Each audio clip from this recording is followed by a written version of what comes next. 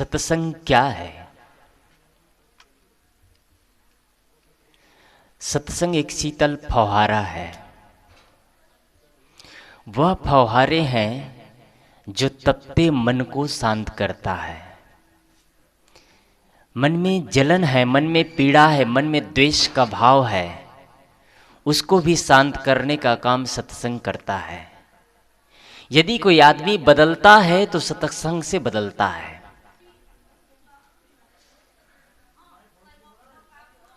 यदि कोई आदमी आध्यात्मिक होता है तो पूर्ण रूप से आध्यात्मिक सत्संग से ही हो सकता है। मंदिर में जाने के बाद कुछ प्रवृत्तियां बदल सकती है, लेकिन पूर्ण रूप से नहीं बदल सकता आदमी। आज कोई आदमी मंदिर जाता है तो डर से जाता है, श्रद्धा से नहीं जाता है। आज हमारे एक भारत भूमि एक ऐसा भूमि है जिसे धर्म प्रधान देश कहा जाता है। इस भूमि में इतने मंदिर है कि पूछना ही क्या है। ये भारत का एक बहुत बड़ी खासियत रहा है। ये भारत कब्रिस्तान बनाने का एक बहुत बड़ा खासियत है। ये कब्रिस्तान की भूमि है भारत। जिधर देखो उधर कब्रिस्तान है। कौन सी कब्रिस्तान? सत्य को मुर्दा बनाना और मुर्दे को एक मूर्ति का रूप देना, ये भारत भूमि की प्रसिद्धि है। जितना आपके भारत भूमि में मंदिर बनाया जाता है, स्टेच्यू बनाया जाता है, उतना कहीं नहीं बनाया जाता है। और जितनी पूजाएं इस भारत भूमि में होती है उतनी पूजाएं कहीं नहीं होती है। यहां नदी को, नालाओं को देवता माना जाता है, पहाड़ों को तीर्थ स्थान माना जाता है। हर गली गली में, हर मोहल्ले मोहल्ले में भगवान खड़ा हुआ है, पर भी पाप बढ़ते चले जा रहे हैं, पूजाएं बढ़ती चली जा रही है, पर भी डर खत्म नहीं हो रहा है। क्यों डर खत्म नहीं हो रहा है? क्योंकि पूजा और पाठ भी डर से होता है। लोग हमको नास्तिक न कह दें। जब सत्य आता है तो सत्य को मुर्दा बनाने का प्रयास करते हैं, और कबीर जैसे महान संत को नास्तिक कह दिया गया। कबीर जैसे महान संत को नास्तिक कह दिया गया। जब वो थे तो उनके बातों को सुना नहीं गया। वो चले गए तो उनके नाम पर हवन कुंड बन रहा है, चौका आरती हो रहा है, पूजा पाठ चल रहा है। कबीर के नाम पर पैसा लूट भी चल रही है। क्षमा चाहता हूं, इतने रुपये दो तब तुम्हारे यहां चौका और आरतियां होगी, नहीं तो नहीं हो सकता। आज एक धर्म का बाजार लगा हुआ है। धार्मिकों ने जितना धर्म को शोषण किया है, आज आदमी जिस जगह जाता है वहां शांति चाहता है, वहां भी लूट खसोट चलता है। पिछले साल तिरुपति बालाजी मंदिर में 3 पुजारियों के यहाँ ईडी ने छापे मारी। एक के यहाँ 157 करोड़ की संपत्ति निकला था, एक के यहाँ 136 करोड़ की संपत्ति निकला था। एक पुजारियों ने अपने 3 बेटियों की शादी किया तो 125 किलो सोना लिया था। आज 10 ग्राम सोने की कीमत लाख रुपया। आप सोच सकते हैं 125 किलो सोना कितने का होगा।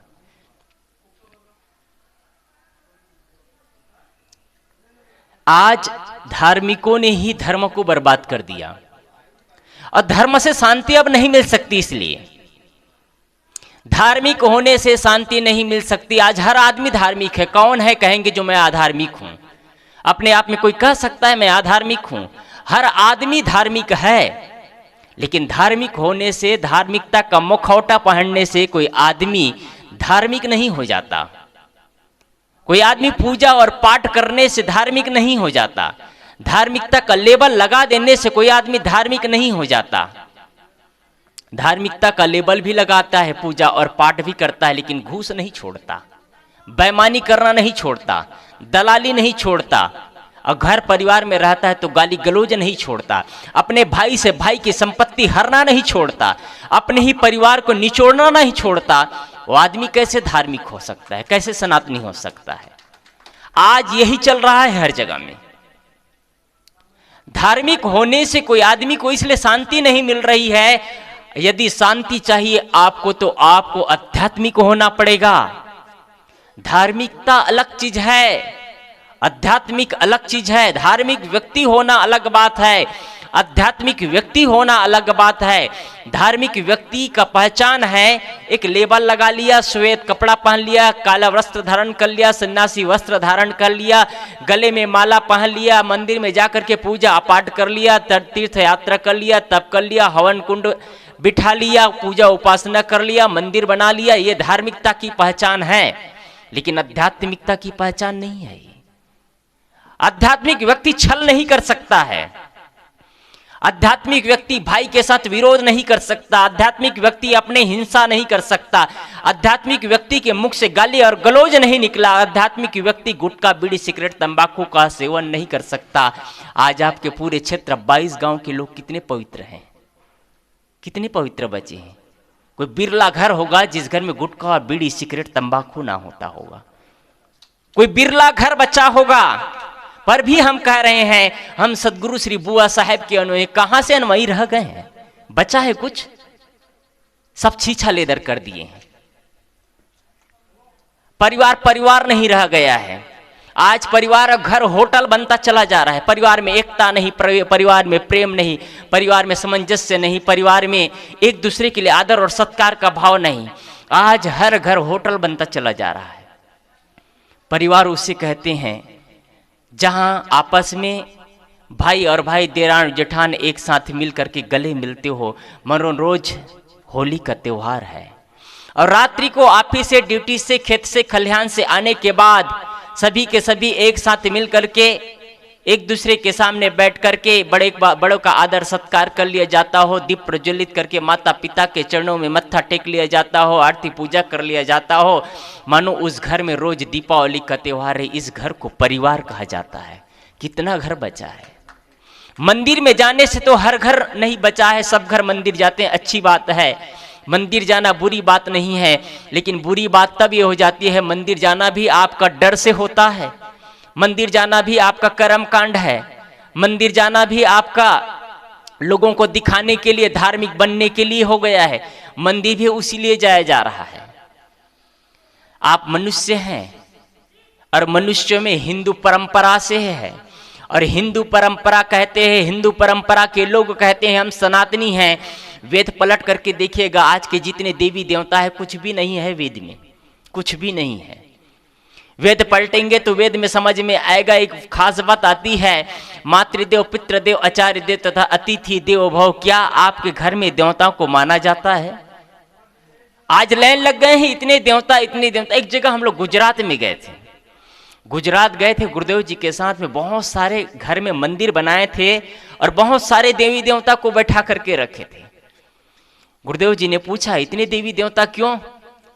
कहे, महाराज जी जब एक देवता काम नहीं आए तो दूसरा देवता तो काम आएंगे। आदमी डर से इतना डरा है, इतना डरा है, इतना भयभीत है, इतना भयभीत। आज से करीब करीब 17-18 साल पहले जयपुर गए थे। तो जयपुर गए थे, परम पूज्य गुरुदेव अभिलाष साहब जी का कार्यक्रम था। तो उसमें एक भवन में निवास दिया गया था। तो एक संत ने देखा कि एक भवन में निवास दिया, उसके बगल में एक स्पेशल बिल्डिंग बनाया था। आज से 20 साल पहले करोड़ रुपया बहुत होता है। सुंदर करोड़ रुपया का मकान बनाया था। मकान में कोई फैसिलिटी की कमी नहीं, ग्रेनाइट, मार्बल, फॉल सीलिंग, कोई कमी नहीं, हर चीज व्यवस्थित, डेकोरेशन सब कुछ किया गया था। लेकिन मकान के ऊपर एक पुराना टायर लटका दिया गया था। पुराना टायर लटकाया गया था। संत ने पूछा कि ये पुराना टायर क्यों लटकाया गया, इतना सुंदर मकान? पड़ोसी ने कहा, महाराज जी ये मकान में किसी का नजर न लगे इसलिए इसमें पुराना टायर लटका दिया गया है। संत ने कहा, ये तो पुराना ही टायर है, एक नया टायर खरीद करके अपने गले पे पहन ले, उनके मौत की नजर नहीं लगेगी। आदमी कितना डरा हुआ है, आदमी से भयभीत, आदमी से भयभीत इस दुनिया में कोई प्राणी नहीं है। न जाने कितने हजारों मनुष्य बिल्ली की रास्ता काटता है।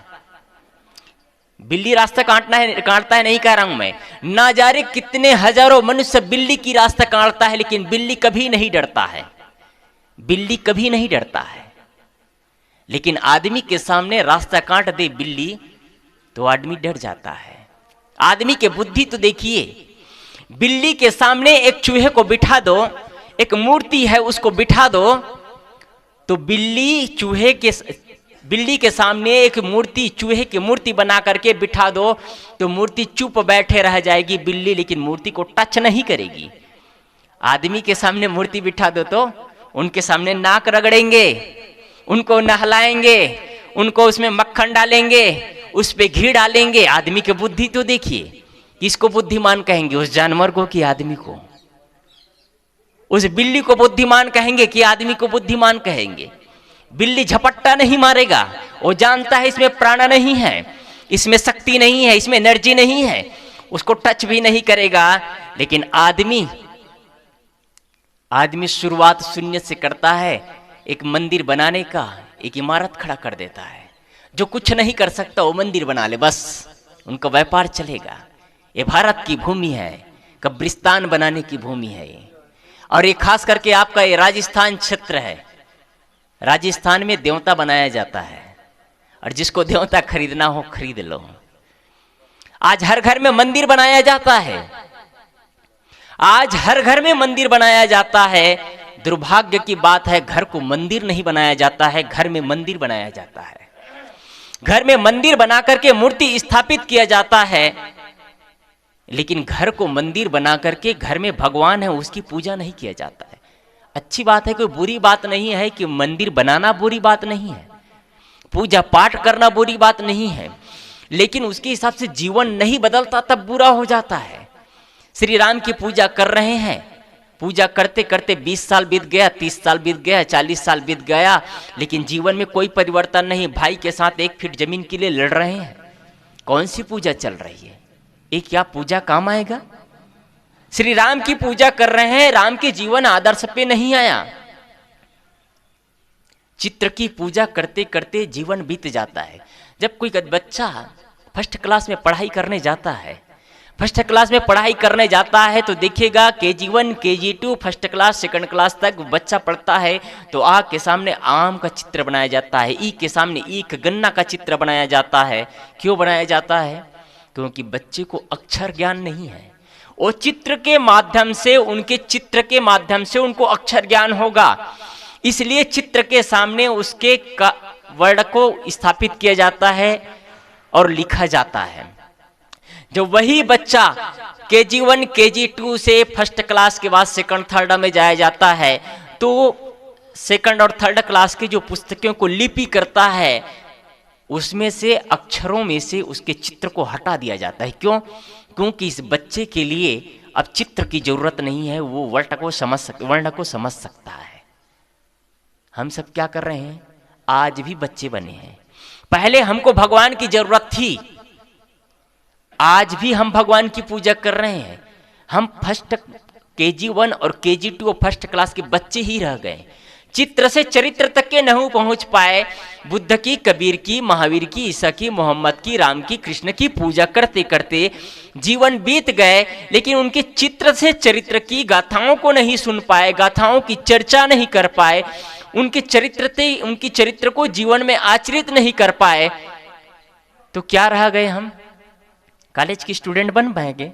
कभी नहीं बन पाएंगे, बच्चे के बच्चे ही रहेंगे।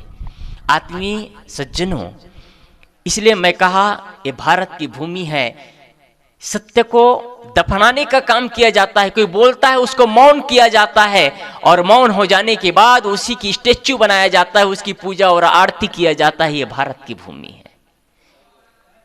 आप सबसे मैं निवेदन करना चाहूंगा, आप मंदिर जाइए, मस्जिद जाइए, कहीं भी जाइए, लेकिन सबसे बड़ा आपका धर्म है आपकी अपनी चेतना को जागृत करना।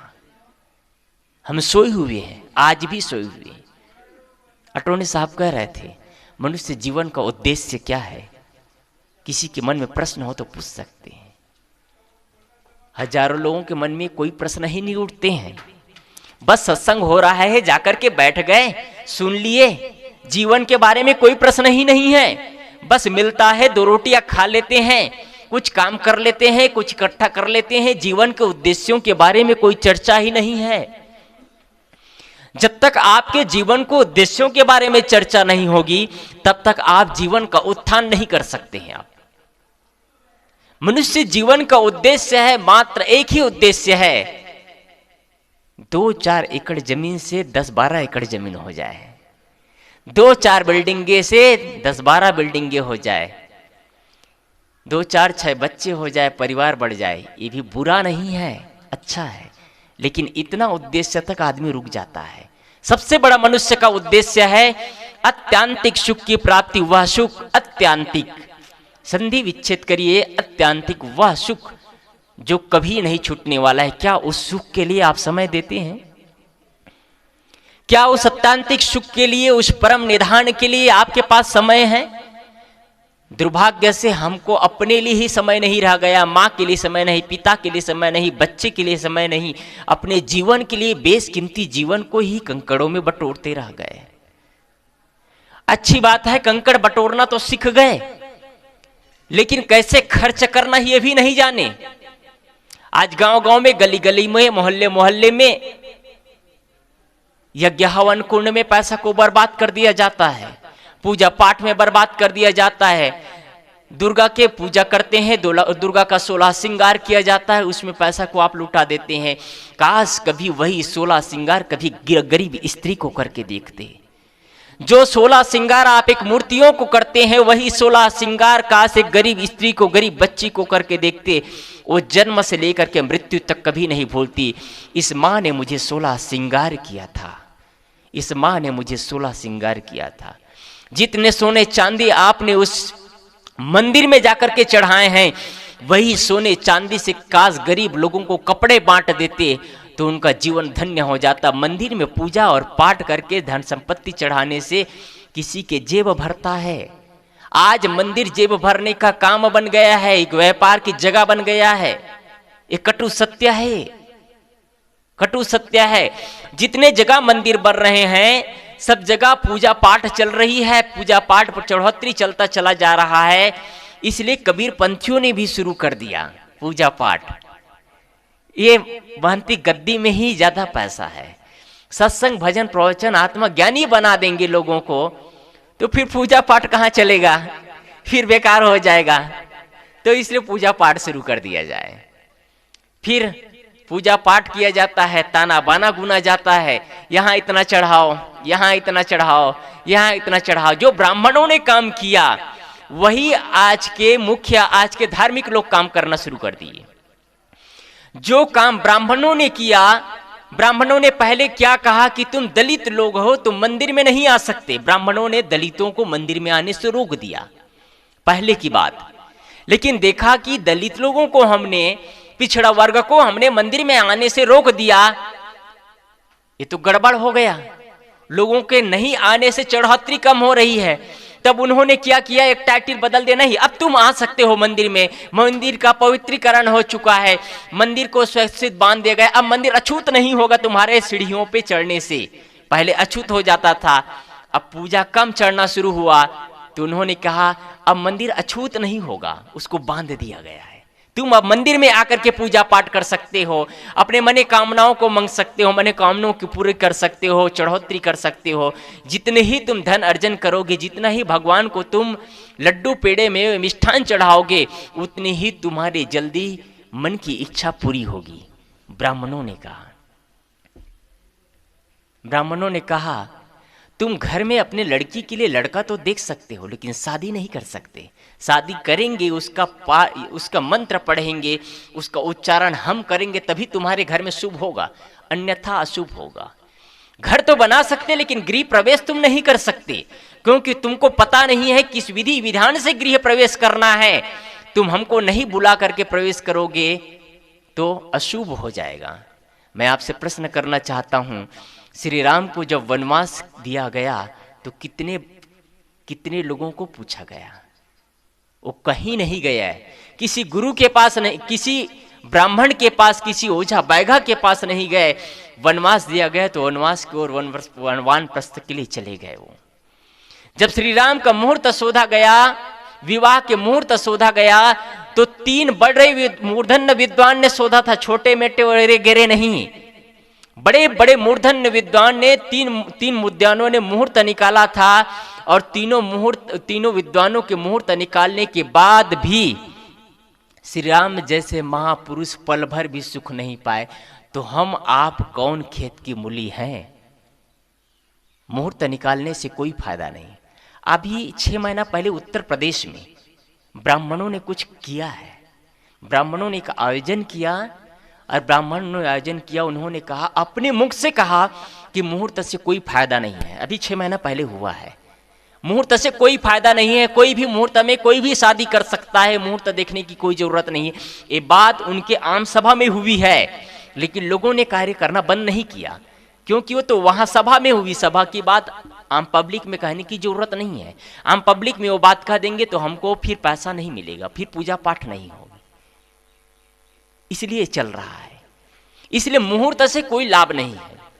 सबसे अच्छा मुहूर्त वह है जिसमें आपके परिवार के सारे सदस्य इकट्ठा हो जाए, आपके सारे परिवार के इष्ट मित्र इकट्ठा हो जाए। जिस समय लोग कहते हैं मुहूर्त नहीं है, उसी समय यदि आप विवाह करते हैं तो आपको लाभ बता दूं मैं, यदि मुहूर्त नहीं है उस समय आप विवाह करते हैं तो आपको हाल सस्ते में मिल जाएगा, जो बुक करते हो हाल सस्ते में मिल जाएगा, डीजे टेंट सस्ते में मिल जाएगा, साउंड सिस्टम डेकोरेशन सस्ते में मिल जाएगा।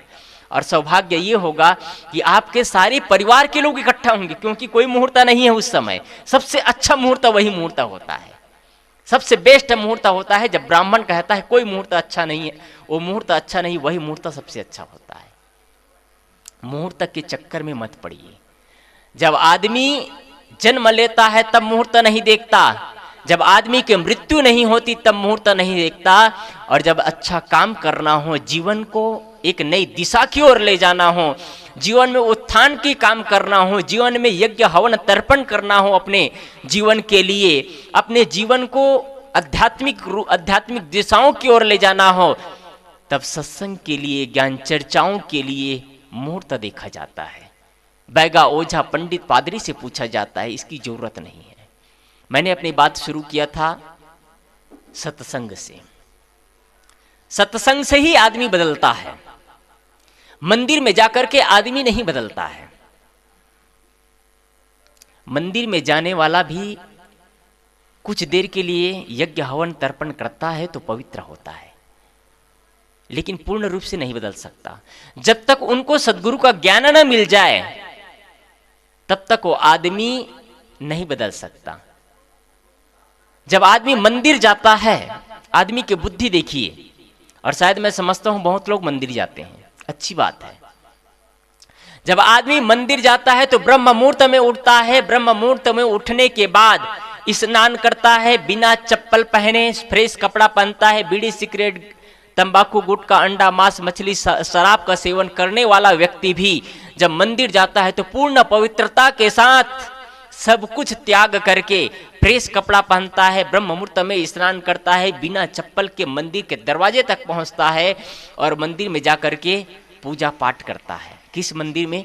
जिस मंदिर में वो 10 मिनट रहता है। अच्छी बात है, अच्छी बात है। 10 मिनट रहता है उस मंदिर में, इतनी पवित्रता के साथ जाता है। जिस मंदिर में वो 24 घंटा रहता है वहां कितनी पवित्रता के साथ जाता है।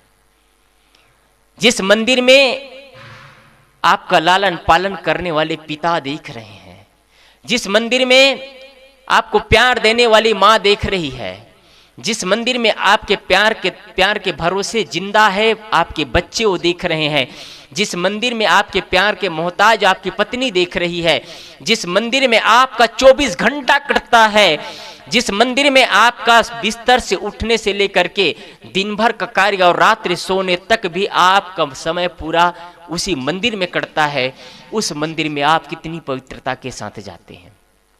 मंदिर में जाने के बाद गाली गलौज बंद हो जाता है, और सबसे बड़ा जो मंदिर आपका घर मंदिर है वहां गाली गलौज चलता है, वहां निंदा चुगली चलते ही, वहां अभद्रता का व्यवहार होता है, वहां पत्नी को गाली, माँ को गाली, बच्चे को गाली, बच्चे को अनादर, माँ बाप को अपमान, पड़ोसी को अपमान दिया जाता है। आपकी कैसी पूजा और पाठ और कैसी श्रद्धा और भक्ति है। मंदिर में जाना आपका तो बेकार चला गया। फिर आपके जीवन में यदि बदलाव नहीं हुआ, मंदिर में जाने के बाद भी आपके जीवन में एक नया चेहरा नहीं आया, वही कर्मकांड, वही गाली गलौज, वही निंदा चुगली, वही राग, वही द्वेष, फिर मंदिर में जाना बेकार चला गया। और मैं ये भी कहूं आपका सत्संग में भी जाना बेकार चला गया। यहां से जाने के बाद आप बदले नहीं, यहां आकर के बदले नहीं, तो आप यहां दिखावा से आए हैं, डर से आए हैं, लोग क्या कहेंगे मैं नहीं जाऊंगा, तो आप बदल करके जाइए। लोग बदलाव उसको समझते हैं जब 2 मंजिल से 4 मंजिल बन जाए, 1 गाड़ी से 4 गाड़ी हो जाए, उसको बदलाव समझते हैं। ये बाहरी बदलाव है। बाहरी बदलाव से आदमी नहीं आदमी कैसे बदलता है? कपड़े बदलने से आदमी बदल जाते हैं। पहले साधारण सी गाड़ी थी, अब फॉर्च्यूनर मर्सिडीज गाड़ी रख लिए तो गाड़ी बदल जाए, आदमी बदल जाएगा।